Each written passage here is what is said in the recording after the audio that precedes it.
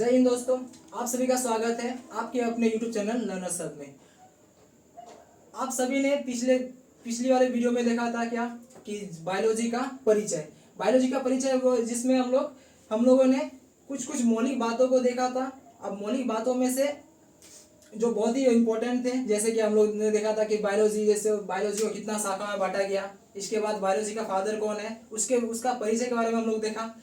आज के वीडियो में हम लोग देखेंगे क्या सेल भी हम लोग का बायोलॉजी चैप्टर का एक हिस्सा है जो बहुत ही महत्वपूर्ण है एग्जाम की दृष्टि से, और इस चैप्टर से डायरेक्ट टू डायरेक्ट क्वेश्चन उठा लिया जाता है। तो आज का टॉपिक है कि कोशिका आखिर होता क्या है। हर किसी ने तो नाम सुना होगा कोशिका। तो कोशिका क्या होगा, तो जीवन की जो मौलिक इकाई है उसी को हम लोग क्या कहेंगे, कोशिका कहेंगे। जीवन का मतलब लाइफ हो गया, तो जीवन की सबसे छोटी मौलिक इकाई को हम लोग क्या कर देंगे, कोशिका कहेंगे। और मौलिक इकाई में हम लोग का ये दो भाग में बढ़ जाएगा। मौलिक इकाई हम लोग का कितना भाग में बटेगा, दो भाग में। एक भाग हम लोग का हो जाएगा क्या, संरचनात्मक, एक भाग संरचनात्मक, दूसरा हम लोग का हो जाएगा क्रियात्मक। अब हमारे यहाँ पे दो वर्ड हैं, एक संरचनात्मक, दूसरा क्रियात्मक। संरचनात्मक का मतलब होता है क्या, हम लोग का बनावट, यानी कि कोई भी जीव जो है किस तरीके की कोशिका से मिलके बना है, तो उसके बारे में हम लोग पढ़ेंगे संरचनात्मक में। और वहीं पे क्या होता है, जैसे जो कोशिका मिलके बना उसका जो कार्य है वो किस प्रकार से कार्य करता है उसे हम कहेंगे क्रियात्मक। यानी कि जैसे कि हम लोग अगर बात किया जाए, एक कोई जीव ले लेते हैं, जैसे कि हम मनुष्य। तो मनुष्य का जो सबसे छोटा यूनिट होगा हम लोग का वो सेल होगा। सेल के बाद हम लोग का क्या होगा, टिश्यू मिलेगा। टिश्यू के बाद फिर अंग बनेगा। तो अब जिस अंग को बनने में, यानी कि मान के चलो कोई एक मनुष्य का कोई एक अंग है, जैसे हम लोग देख ले क्या, जैसे कि हम लोग ले लेते हैं क्या, मनुष्य। तो मनुष्य भी हम लोग का सेल से मिलकर बना होगा। अब सेल से जब मिलकर बना होगा तो सेल के बाद हम लोग बहुत सारा सेल मिलकर बनाता है क्या, टिश्यू। टिश्यू को हम लोग बोलते हैं हिंदी में उत्तक कहेंगे, टिश्यू को उत्तक कहेंगे। इसके बाद टिश्यू से फिर हम लोग का मिलकर बना होता है क्या, अंग। टिश्यू से अंग होता है। अब उसी अंग में से हम लोग ले लेंगे क्या, आंख। आंख जैसे लेंगे तो ये मनुष्य का एक अंग है। तो इसका जो हम लोग का स्ट्रक्चर और फंक्शनल यूनिट होगा, ठीक है, वो हर एक जो सेल है वो मैच करेगा, इससे आंख से मैच करेगा। यानी कि अगर हम लोग आंख को हम लोग तोड़ दें तो आंख को तोड़ने के बाद हम लोग किस में मिलेगा, वो टिश्यू में मिलेगा। और टिश्यू जो ऐसे हो गया कि ग्रुप ऑफ सेल हो जाएगा। तो सबसे छोटा यूनिट हम लोग का हो जाएगा क्या, सेल। तो ये काम किस तरह से करता है इसके बारे में हम लोग पढ़ेंगे क्या, क्रियात्मक में। और प्लस इसकी जो बनावट होगी उसके बारे में हम लोग पढ़ेंगे संरचनात्मक में। अब इतना अगर हम लोग समझ चुके हो तो हम लोग आगे की पॉइंट पे डिस्कस करेंगे। जैसे कि अध्ययन किसमें करेंगे, तो इसे हम लोग कहते हैं इंग्लिश में साइटोलॉजी। इंग्लिश में कहेंगे इसको क्या, साइटोलॉजी। और हिंदी में हम लोग इसको कह देते हैं क्या, कोशिका विज्ञान। यानी कि कोशिका विज्ञान में हम लोग कोशिका के बारे में अध्ययन करेंगे। इसके बाद से हम लोग देख लेते हैं क्या, कोशिका सब जब मिलकर बनाता है हम लोग क्या, अभी हम लोग डिस्कस किया था कि सेल मिल करके उत्तक बनाता है। तो उसी प्रकार से उत्तक का अध्ययन हम लोग किसमें करेंगे, तो इसको हम लोग कहते हैं हिस्टोलॉजी। उस उत्तक का अध्ययन हिस्टोलॉजी का आएगा। इसको हम लोग बोल सकते हैं क्या, उत्तक विज्ञान। कहीं कहीं डायरेक्ट टू डायरेक्ट हम लोग का ये कोशिका विज्ञान ना लिख करके हिंदी में भी आपका साइटोलॉजी लिख दिया जाता है। तो इस बात पे थोड़ा ध्यान दीजिएगा, ठीक है। तो उत्तक का अध्ययन क्या कहलाएगा हम लोग का, हिस्टोलॉजी कहलाएगा। अब आगे क्या हम लोग देखते हैं क्या, साइटोलॉजी जैसे हो गया, साइटोलॉजी वर्ड यानी कि कोशिका विज्ञान। तो कोशिका विज्ञान का जनक किसे कहेंगे हम लोग, तो कोशिका विज्ञान का जो जनक है वो हमारे रॉबर्ट हुक साहब होंगे। रॉबर्ट हुक साहब, यानी कि रॉबर्ट हुक जो है कोशिका का जनक इसको कहते हैं। और रॉबर्ट हुक जिसने मृत कोशिका का खोज किया था, कब खोजा था, तो 1665 ईस्वी में। ये भी मैं बता देता हूं आप लोग को, ये हम लोग का पॉइंट कभी कभी पूछ गया था। 1665 ईस्वी में रॉबर्ट हुक ने कोशिका विज्ञान को खोजा था, इस वजह से हम लोग इसे साइटोलॉजी का जनक भी कहेंगे। अब आगे हम लोग देखते हैं क्या, आधुनिक साइटोलॉजी का जनक कौन है। तो आधुनिक साइटोलॉजी का जनक सॉनसन, इसने एक बुक भी लिखा था, इसका नाम था क्या, स्टार्ट है द सेल। भारतीय कोशिका विज्ञान का जनक अगर हम लोग बोले तो ये हम लोग का है अरुण कुमार शर्मा।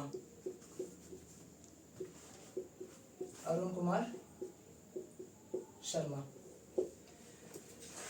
तो अब तक में हम लोगों ने देखा कि कोशिका क्या है। तो जीवन की जो मौलिक इकाई होगी उसे हम लोग क्या कहेंगे, कोशिका कहेंगे। और मौलिक इकाई में हम लोग दो भागों में बांट दिए थे, क्या होता है, संरचनात्मक और दूसरा क्रियात्मक। संरचनात्मक का मतलब होता है क्या, बनावट। क्रियात्मक का मतलब कि कोशिका सब मिल करके किस तरह से काम करता है, कैसे अंग बनाता है, कैसे टिश्यू बनाता है, उन सब चीजों के बारे में हम लोग चलता है अध्ययन करेंगे क्रियात्मक में। आगे हम लोग ऐसे हो गया कि कोशिका का अध्ययन ये क्या कहलाता है हम लोग का, इसे इंग्लिश में कहते हैं हम लोग साइटोलॉजी और हिंदी में कहेंगे कोशिका विज्ञान। और कहीं कभी हम लोग का डायरेक्ट लिखा हुआ रहता है क्या, साइटोलॉजी भी लिखा हुआ रहता है। आगे हम लोग देखेंगे कोशिका सब मिल करके क्या बनाता है, उत्तक बनाता है। तो उत्तक का जो अध्ययन है उसको हम लोग किस में करेंगे, तो हिस्टोलॉजी में कहते हैं। और हिस्टोलॉजी को हम लोग क्या कहेंगे, हिंदी में उत्तक विज्ञान कहेंगे। साइटोलॉजी का जनक हम किसे कहेंगे, तो रॉबर्ट हुक को। और रॉबर्ट हुक ने कोशिका को खोजा था कब, 1665 ईस्वी में। इस बात को भी हम लोग थोड़ा बहुत याद रखेंगे ताकि हम लोग का ऑब्जेक्टिव वाला क्वेश्चन गलत ना हो। आगे देखेंगे क्या, आधुनिक साइटोलॉजी का जो जनक है वो कौन है, स्वानसन है। और स्वानसन ने एक बुक भी लिखा था जिसका नाम था द सेल। द सेल को हम लोग बोल सकते हैं क्या, कोशिका नाम का एक किताब लिखा था। कोशिका नाम से एक किताब लिखा था किसने, स्वानसन ने। आगे हम लोग का हो जाएगा क्या, ये कभी कभी हम लोग पूछ लिया था कि भारत से हम लोग का ऐसे हो गया, भारत से एक महान व्यक्ति थे ये अरुण कुमार शर्मा। तो अरुण कुमार शर्मा ने कोशिका विज्ञान, अरुण कुमार शर्मा को हम लोग क्या कर सकते हैं, कोशिका विज्ञान का जनक बोल सकते हैं इसे।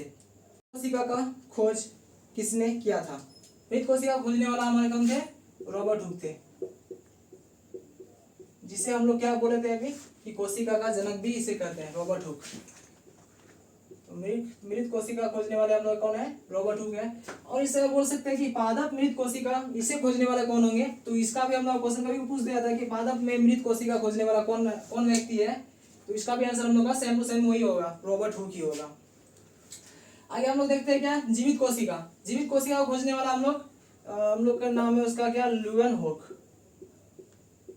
होक ने जीवित कोशिका को खोजा था।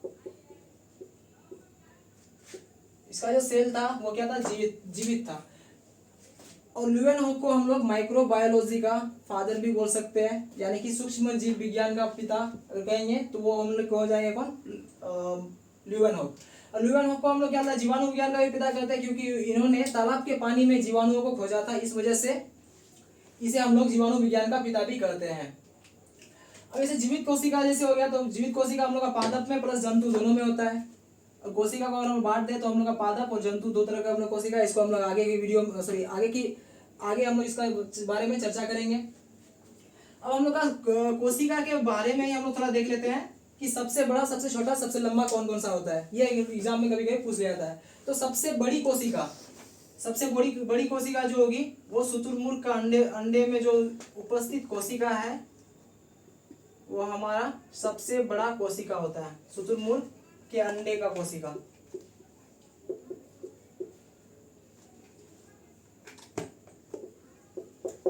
शुतुरमुर्ग के अंडे में सबसे बड़ी कोशिका पाई जाती है। यानी कि हम लोग शुतुरमुर्ग को कभी कभी इंग्लिश में इसको ऑस्ट्रिच बोला जाता है, इस नाम को भी आप लोग ध्यान देंगे। सबसे छोटी कोशिका फिर कौन सी है, तो सबसे छोटी कोशिका जो है माइकोप्लाज्म बोलेंगे, माइकोप्लाज्म। इन सभी नामों के बारे में हम आगे में फिर से अध्ययन करेंगे और आगे फिर इसको अच्छा से डील भी करेंगे। सबसे लंबी कोशिका कौन सी होगी, तो सबसे लंबी कोशिका जो है तंत्रिका कोशिका है, तंत्रिका कोशिका, जिसका अन्य नाम न्यूरॉन भी बोला जाता है, इसे न्यूरॉन भी कहते हैं। और न्यूरॉन, तंत्रिका कोशिका को हम लोग बोल सकते हैं क्या, नर्व सेल भी बोलते हैं कभी कभी। तो ये तीनों तरह का आपको नाम याद रखना है कि सबसे लंबी कोशिका कौन सी है, या तो तंत्रिका कोशिका लिखेंगे या न्यूरॉन लिखेंगे या फिर नर्व सेल। अब ये न्यूरॉन या फिर नर्व सेल जो है ये कहाँ पाया जाता है, तो हम लोग ब्रेन में पाया जाता है, ब्रेन में पाया जाएगा। तो कम से कम इसमें 1 मिलियन ऑफ क्या होता है, ये रहते हैं नर्व्स इसमें शामिल रहते हैं। कम से कम जो है 1 मिलियन नर्व्स तंत्रिका कोशिका में शामिल होते हैं। इन सभी को हम लोग देख लेंगे। आगे अगर हम लोग देखें तो सेल जो है लैटिन वर्ड से मिलकर बना हुआ है। और रूम, स्मॉल रूम का मतलब हो गया क्या, हिंदी में कहेंगे इसे हम लोग छोटा कमरा। तो यहाँ पे जब रॉबर्ट हुक ने मृत कोशिका को खोजा था, तो रॉबर्ट हुक मृत कोशिका जब खोज रहा था तो उस दौरान उन्होंने एक कॉर्क को लेकर के एक क्रियाकलाप किया था, यानी कि प्रैक्टिकल किया। इसमें से उन्होंने एक पेड़ के छाल से, यानी कि बार्क को लेकर के एक माइक्रोस्कोप, जिसे हम लोग सूक्ष्मदर्शी कहते हैं, तो माइक्रोस्कोप के जरिए उन्होंने देखा था जब, तो उस बार्क में उसे छोटे छोटे खाली जगह दिखाई दिए, छोटे छोटे खाली जगह दिखाई दिए, जिसे उसने एक कमरा का नाम दे दिया। इसी वजह से हम लोग बोल सकते हैं क्या, जो सेल है वो क्या है, एक स्मॉल रूम है। तो इस तरह से हम लोग का कोटा कोटा जो बना हुआ है ये हम लोग कमरा बोलेंगे, और ये कमरा जो है यही हम लोग क्या आ जाएगा, सेल कहलाएगा। ओके सर, अब आप लोग थोड़ा सा आगे ध्यान देंगे। तालाब के पानी में मुक्त जीवित सेल, इसे खोजने वाला एक व्यक्ति कौन था? इसका आंसर हो जाएगा क्या हम लोग का, ल्यूवेनहॉक, जिसने जीवित सेल को भी खोजा था, यानी कि जीवित जो कोशिका है उसको खोजने वाला भी हम लोग का क्या था, ल्यूवेनहॉक। तो इसने तालाब के पानी में जो सेल पाया था उसको माइक्रोस्कोप में देख करके उन्होंने ये बताया कि सेल जो है वो जीवित भी होते हैं। आगे हम लोग देखेंगे कि फादर ऑफ माइक्रोबायोलॉजी, तो फादर ऑफ माइक्रोबायोलॉजी भी हम लोग कौन हो जाएंगे, ल्यूवेनहॉक हो जाएंगे। ये हम लोग का ये एक इंपॉर्टेंट पॉइंट था, इसको याद हमेशा रखेंगे आप लोग। आगे देखेंगे कि सेल थ्योरी, अब ये हम लोग का एक इंपॉर्टेंट चीज है। जैसे सेल थ्योरी होता क्या है, तो जिसमें सेल के बारे में बताया गया हो, यानी कि कोशिका सिद्धांत जिसे हम लोग कह सकते हैं। तो कोशिका सिद्धांत देने वाले हमारे दो व्यक्ति थे, जिनका नाम है, एक है स्लाइडन, सेकंड है स्वान। स्लाइडन और स्वान जो है ये दो व्यक्ति ने मिलकर के सेल थ्योरी दिया। ये कब दिया था इन्होंने, तो 1839 में। तो सेल थ्योरी में हम लोग तीन चीजों के बारे में अच्छे से जानेंगे। उनमें से एक चीज हम लोग का हो गया कि सभी जो जीवित जीव है वो कोशिका से मिलकर बने होते हैं, यानी कि छोटी छोटी कोशिका से मिलकर के हम लोग सभी जीवों का निर्माण होता है। छोटी से छोटी सेल मिलकर के हम लोग क्या बनाता है, जीव बनाएगा। सेकंड, कि जो भी हम लोग का सेल है वो क्या करेगा कि किस प्रकार से कार्य कर रहा है, तो उसके बारे में हम लोग का, यानी कि इसका कार्य, जो छोटा जीव है इसका कार्य, हम लोग का कार्य के बारे में बताया गया था। इन्होंने चर्चा किया कि सेल थ्योरी में कि प्रत्येक जीव जो है छोटी सेल से मिलकर बना होता है, और दूसरा क्या कि हर एक सेल का कार्य जो है सेम टू सेम ही होगा, जिस प्रकार का सेल मिलकर बनेगा उसी प्रकार से उसका कार्य भी होता है। इसका बाद हम लोग तीसरा पॉइंट देखेंगे। तीसरा पॉइंट हम लोग का हो जाएगा,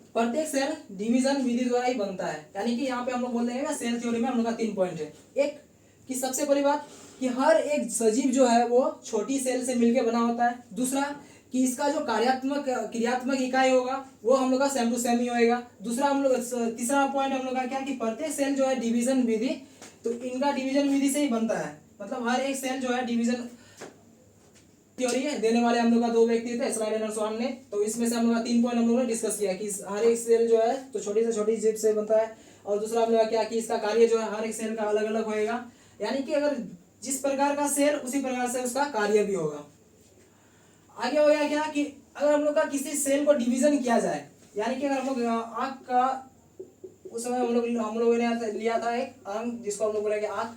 अगर आँख के हम लोग क्या होता है सेल को डिवीजन करें तो हर एक सेल हम लोग का सेम टू सेम ही दिखेगा। अगर हम लोग उसको माइक्रोस्कोप में देखना चाहे तो अगर इसमें से हम लोग देख लेते हैं क्या, जैसे ए सेल है, बी सेल है और सी सेल है।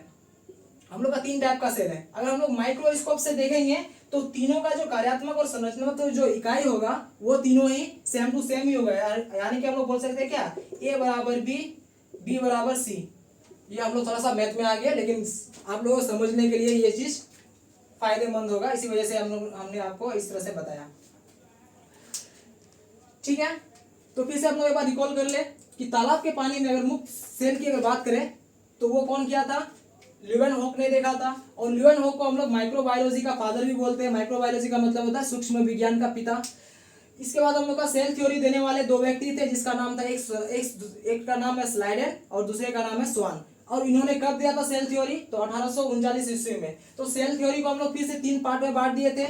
एक पार्ट हम लोग क्या कि हर एक जो सजीव है वो छोटी से छोटी सेल से मिलकर बना होता है, और जो छोटा से छोटा जो सेल है उसका कार्य और संरचना ये सेम टू सेम होएगा। इसका बाद तीसरा जो अगर हम लोग कहता है किसी सेल को अगर डिवाइड कर दे, बांट दे, तो उसका डिवीजन करने के बाद में हम लोग को वो एक ही समान दिखेगा। यानी कि ए बी सी 3 तरह का अगर सेल है तो वो हम लोग क्या हो जाएगा, ए बी के बराबर होगा और बी सी के बराबर होगा। इसको अगर हम लोग माइक्रोस्कोप में देखें तो हम लोग पढ़ेंगे क्या कि कोशिका के प्रकार, कि कोशिका कितने प्रकार के होते हैं। अब कोशिका के जैसे प्रकार हो जाएंगे तो इसमें से हम लोग कोशिका को हम लोग 2 प्रकार से होते हैं, एक कोशिकीय, दूसरा हम लोग का बहुकोशिकीय। इसके बारे में हम लोग नेक्स्ट वीडियो में बात करेंगे। इसके बारे में नेक्स्ट वीडियो में चर्चा करेंगे। तब तक आप हमारे साथ में बने रहिए। और हम लोग का जैसे नेक्स्ट वीडियो आएगा तो उसके लिए आपको एक कार्य करना होगा कि आप हमारे यूट्यूब चैनल को सब्सक्राइब कर लें। इसके बाद बेल आइकन को दबाना भी ना भूलें, ताकि हम लोग का जो नोटिफिकेशन है आपके पास आते रहे और आप अच्छे से अच्छे बातों को सीखते रहे हमसे। और हम लोग इतना प्रयास करेंगे कि हम आपके लिए अच्छी से अच्छी कंटेंट लेके आए, जिससे आपको सहायता मिले, आपके स्टडी में सहायता मिले।